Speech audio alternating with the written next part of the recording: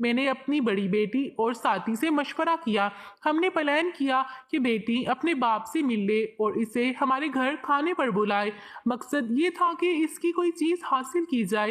بیٹی نے اس کی چادر یعنی اسکارف حاصل کر لی اور مجھے دے دی۔ میں نے وہ چادر جادوگرنی کو دے دی تو اس نے کہا وہ کبھی ماں نہیں بنے گی۔ اس نے مجھے کچھ چیزیں دی کہ جنہیں میں اس جگہ پر چھڑکوں جہاں وہ داخل ہوتی ہے اور کچھ چیزیں کھانے میں ملاؤں۔ میں نے اسے اپنے گھر کھانے پر بلایا اور بہت پیار سے کہا ہم سب بہنوں کی طرح ہیں، تم آج رات میرے ساتھ کھانا کھاؤ۔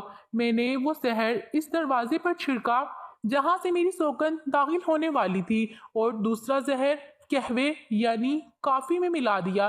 میں خوشی سے پاگل ہو رہی تھی جب میں نے اسے وہ قہوہ پینے کو کہا۔ مجھے لگا جیسے میں نے دنیا جیت لی ہو، لیکن مجھے کیا خبر تھی کہ میں نے تو اپنا دین، دنیا اور آخرت برباد کر لی ہے۔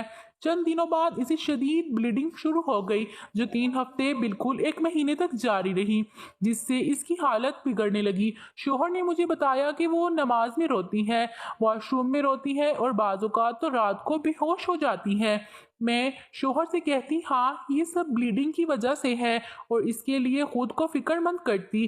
اس کی جسمانی اور ذہنی حالت بگڑتی گئی۔ ڈاکٹر نے بتایا کہ رحم میں کینسر نما رسولیاں ہیں، لہٰذا رحم نکالنا پڑے گا، لیکن اس نے آپریشن سے انکار کر دیا۔ انکار کا سبب یہ تھا کہ اس نے خواب میں دیکھا کہ ایک کالا کتا اس کے رحم کو چیر رہا ہے۔ خواب کی تعبیر دینے والی نے کہا تم پر جادو کیا گیا ہے، زیتون کا تیل اپنے پیٹ پر لگاؤ کر خود کو دم کرو۔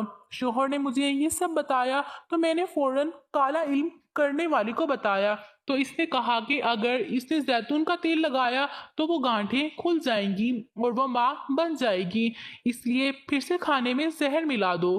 جو عورت میری سوکن کے خوابوں کی تعبیر بنا رہی تھی اس نے اس پر سحر کیا تھا اور کہا کہ میرے پاس عصر سے پہلے آؤ، پھر اسے فون کرو اور لمبی بات کرو تاکہ عصر کے اذکار کا وقت نکل جائے اور اس وقت اس پر گانٹھیں لگا دو۔ ایسا ہی ہوا۔ اس دوران اس تعبیر کرنے والی عورت کا گلا بند ہو گیا اور وہ بول نہ سکی۔ یوں سحر مکمل ہو گیا اور سوکن دوبارہ تعبیر کے لیے اس سے رجوع نہ کر سکی۔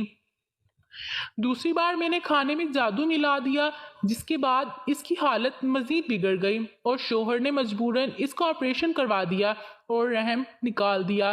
لیکن مجھے غصہ تب آیا جب دیکھا کہ شوہر حالت پر غمگین ہے۔ اب میں چاہتی تھی کہ وہ طلاق لے لے تاکہ میری جیت مکمل ہو جائے۔ میں نے اپنی ساتھی سے مشورہ کیا کہ ہم اس پر جادو کا الزام لگا دیں تاکہ شوہر طلاق دے دے۔ میری بیٹی کی شادی کو 1 سال ہوا تھا۔ ہم نے منصوبہ بنایا کہ شوہر پر بھی جادو کروا دیں اور میں وہ عمل گھر کے دروازے کے پاس دفن کر دوں۔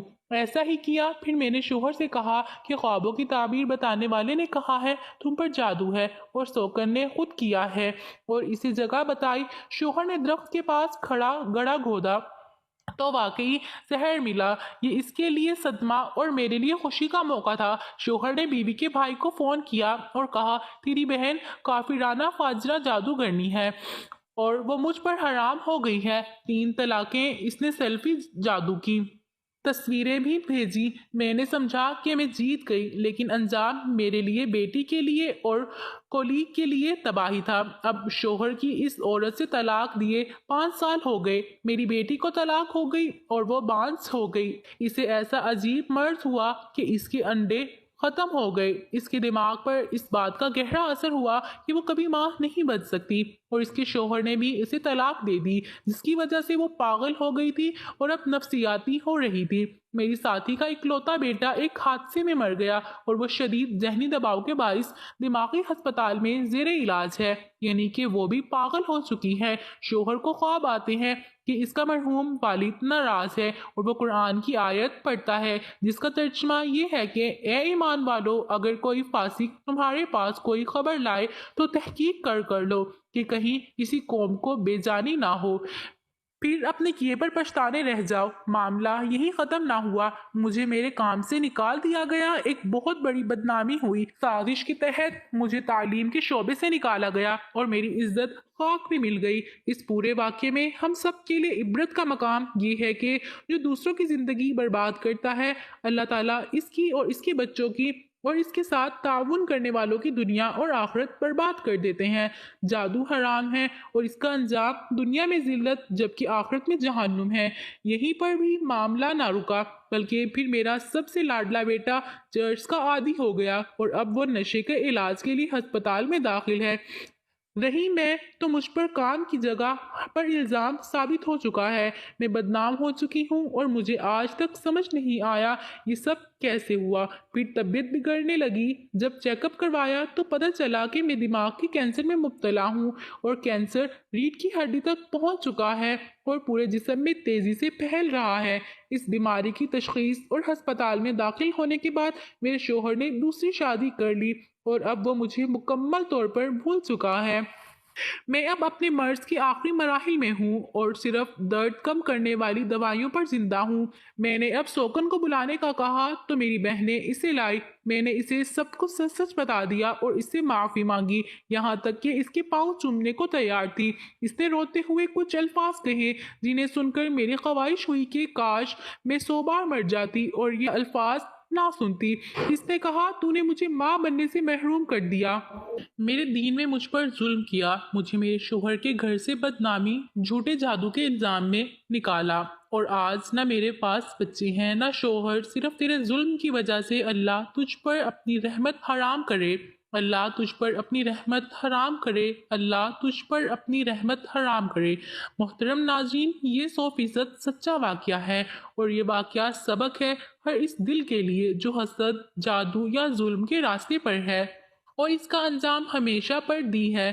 لیکن یہ بات ہمارے پیارے نبی حضرت محمد صلی اللہ علیہ وآلہ وسلم نے ہمیں آج سے 1450 سال پہلے ہی بتا دی تھی کہ جو بندہ کسی پر جادو کرواتا ہے تو وہ ایمان سے خارج ہو جاتا ہے، اور یہ بات حضرت محمد صلی اللہ علیہ وآلہ وسلم اور یہ بات حضرت امام جعفر صادق رضی اللہ تعالی عنہ نے اس وقت اس عورت سے کہی کہ اے عورت، جو عورت اپنی کسی مفاد کے لیے کسی دوسروں پر جادو تو نہیں کرواتی ہے تو وہ عورت خود بھی، اس عورت کے بچے بھی ہمیشہ کے لیے ذلت و رسوائی کی دلدل میں دھس جاتے ہیں۔ ایسے بچے کبھی کامیابی حاصل نہیں کر پاتے، بلکہ کامیابی تو بہت دور کی بات، ایسے بچے ایک ایسی زندگی گزارنے پر مجبور ہو جاتے ہیں کہ جہاں ذلت اور ناکامی ان کا مقدر بن جاتی ہے۔ ناظرین کرام، پھر حضرت امام جعفر صادق رضی اللہ تعالی عنہ نے اس عورت سے کہا، اے عورت سن لے کہ ایسی عورت اور اس کے بچے بھی ہمیشہ کے لیے ذلت و رسوائی کا لقمہ بن جاتے ہیں۔ جو عورت ہر وقت اپنے شوہر کے ساتھ لڑائی جھگڑا کر کے اس کا دل دکھاتی رہتی ہے، یعنی دوسری ایسی عورت ہے جو ہر وقت اپنے گھر میں لڑائی کر کر رکھتی ہے، تو اس عورت کے بچے بھی کامیابی کے لیے ترستے رہ جاتے ہیں لیکن انہیں کبھی کامیابی نہیں مل پاتی۔ ناظرین، یہاں بھی یہ بتانا ضروری ہے کہ ہر وقت عورت کا قصور ہی نہیں ہوتا، بلکہ کچھ مرد بھی ایسے ہوتے ہیں کہ جو اپنی بیوی کو ہمیشہ ذلیل کرتے رہتے ہیں اور بات بات پر اسے لڑائی جھگڑے کرتے رہتے ہیں یا پھر مار پیٹ کرتے رہتے ہیں۔ تو ایسی عورتیں جو اپنے خاوند کی بے جا ظلم و ستم کا شکار رہتی ہیں، انہیں چاہیے کہ وہ اس حال میں بھی صبر کا دامن کبھی اپنے ہاتھ سے نہ چھوڑے اور اللہ سے ہر وقت دعا کرتی رہے کہ اے اللہ، تو خوب جاننے والا ہے کہ میں کس ظلم و ستم کے اندر مبتلا ہوں، تو انشاءاللہ پاک ان کے لیے ضرور آسانیاں پیدا فرما دے گا۔ یہ بتانے کا مقصد یہ ہے کہ ایسی عورت کو بھی اپنے شوہر کے خلاف کسی قسم کے گناہ والے ہتھ گنڈے استعمال نہیں کرنے چاہیے، یعنی جادو ٹونے اور لڑائی جھگڑے فساد وغیرہ سے خود کو محفوظ رکھنا چاہیے۔ اگر ایسی عورت جو اپنے شوہر کا ظلم ہر وقت ہے اور پھر بھی کسی گناہ کے کام میں مبتلا نہیں ہوتی تو اللہ پاک ضرور ایک دن اس کی زندگی میں اور اس کی اولاد کی زندگی میں بے شمار رحمتیں اور برکتیں داخل فرمائے گا اور انہیں اس دنیا میں بھی اور آخرت میں بھی اجر دے گا۔ ناظرین کرام، حضرت امام جعفر صادق رضی اللہ تعالی عنہ نے فرمایا، اے خاتون، تیسری عورت ایسی ہے جو غیر مردوں کے درمیان بے پردہ گھومتی پھرتی ہے اور ذرا بھی اپنے پردے کا خیال نہیں رکھتی، جو غیر محرم مردوں کو جانے انجانے میں لبھاتی پھرتی ہے، خوشبو لگا کر بازاروں میں جاتی ہے اور جو بے وجہ غیر مردوں کو اپنے گھر میں داخل کر لیتی ہے تو ایسی عورت خود بھی اور اس کے بچے بھی اس دنیا میں ذلت اور رسوائی کا سامنا کرتے ہیں اور آخرت میں بھی ان کا ٹھکانہ ہمیشہ کے لیے حاویہ ہوتا ہے۔ دور جاہلیت میں بے حیائی اور جنسی انار کی جانب اپنے عروج پر پہنچی تو حضور کریم صلی اللہ علیہ وآلہ وسلم نے آ کر اسلام کی روشن تعلیمات سے اس کا قلعہ قمع کیا اور مرد وزن کے باہمی اختلاف پر پابندی لگائی۔ لیکن ذرا سوچئے کہ کیا ہم آج بھی کہیں دور جاہلیت میں تو نہیں مبتلا؟ عورتوں کا بن ٹھن کر بے نقاب اور کھلے عام ویڈیوز بنانا اور اسے سوشل میڈیا پر پوسٹ کرنا، یہی نہیں بلکہ اپنے سوشل میڈیا اکاؤنٹس پر زبائشیں و زینت کو نیلام کرتی پھرتی ہیں اور اسی پر اتفاق نہیں کرتی بلکہ دوسرے غیر محرم سوشل میڈیا صارفین اور ٹک ٹاکرز کے ساتھ اپنے سوشل میڈیا اکاؤنٹس پر اپنی زیبائش و زینت کو نیلام کرتی پھرتی ہیں اور اسی پر اتفاق نہیں کرتی بلکہ دوسرے غیر محرم سوشل میڈیا صارفین اور ٹک ٹاکرز کے ساتھ گندگی فحش ویڈیو بنانا اور اسے مسلم معاشرے میں پھیلانا، یہ سب کام انتہائی درجے کے گھٹیا اور غلط کام ہیں۔ ان ویڈیوز کو دیکھ کر ہمارے نوجوان بچے اور بچیاں بھی ان کے نقش قدم پر چلنے کی کوشش میں سرگرم ہیں۔ یاد رکھیں کہ جب آپ کی کسی عمل کی وجہ سے دوسروں کی دنیا اور آخرت خراب ہو جائے تو پھر آپ خود بھی کبھی چین اور سکون کی زندگی بسر نہیں کر پائیں گے۔ شاید یہی وجہ ہے کہ آج ہم طرح طرح کے عذابوں میں گھرے ہوئے ہیں۔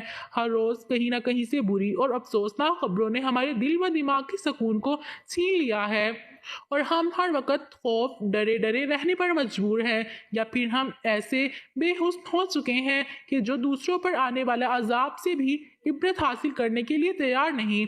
خدا را نہ صرف عورتیں بلکہ مرد حضرات بھی ان 3 عوامل پر ضرور دھیان دے جو اس ویڈیو میں بتائے گئے ہیں، ورنہ ذلت اور رسوائی نہ صرف خود ایسے مردوں اور عورتوں کا مقدر بن جاتی ہے بلکہ ان کی اولادیں بھی دنیا و آخرت میں ذلیل و رسوا رہ جاتی ہیں۔